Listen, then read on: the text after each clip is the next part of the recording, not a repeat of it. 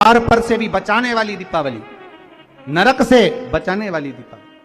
आज जो दिए लगना है, आज जो दीप लगना है महाराज, एक दिया आटे का चौमुखी, 4 बत्ती का दीप लगाएं।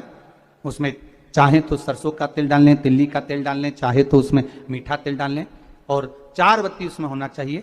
थोड़ी सी पीली सरसों, अगर पीली सरसों हो तो पीली सरसों, नहीं हो तो काली सरसों उस दीप के अंदर डाल दीजिए महाराज। एक घी का दीप लगाएं।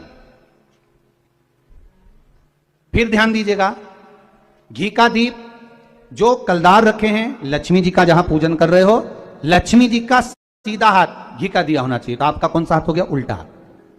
लक्ष्मी जी का उल्टा हाथ, वहां पर रखो चौमुखी दीप, और महाराज जल का छींटा देकर उन जो सिक्के रखे हैं, जो लक्ष्मी जी रखी है, भगवान का जहां पूजन कर रहे हो, उस पर जल का छींटा देकर सुंदर भाव से माता लक्ष्मी का स्मरण कर कर, गणेश जी का स्मरण कर कर, आप भाव से महाराज जल का छींटा देकर, सुंदर वस्त्र अर्थात मौली कलेवा जो भी आपके पास में हो समर्पित कर कर, भाव से रौली, मौली, चंदन, अबीर, गुलाल, मेहंदी, जो भी सामग्री पूजन का साहित्य आपके पास में है, वो उन कलदारों पर, माता लक्ष्मी पर समर्पित कर दें।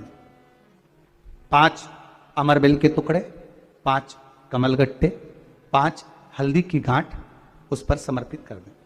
महाराज माता लक्ष्मी को मीठे का भोग लगा दें, और भोग लगाने के बाद में माता लक्ष्मी को प्रणाम कर कर, सुंदर जो चौमुखी दिया आपने बनाया है उसको तो वहीं रखे रहने दें।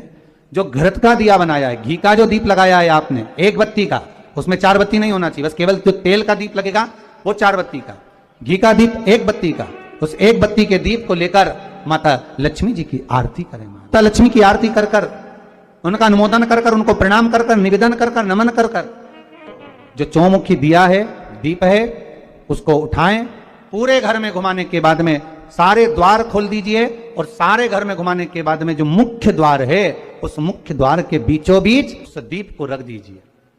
प्रणाम करिए, वापिस आ जाइए, द्वार थोड़ी देर खुले रखिएगा और माता लक्ष्मी का स्मरण करिएगा, माँ को प्रणाम करिएगा। माता लक्ष्मी के सम्मुख में अपनी झोली को पसार कर प्रणाम करें।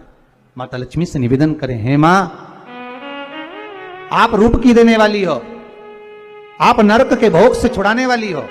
हे मां, आज भगवान नारायण के साथ में आप हमारे यहां सदा के लिए विराजमान होइए। देव, अपने कुलदेव, अपने पितृदेव का स्मरण करें।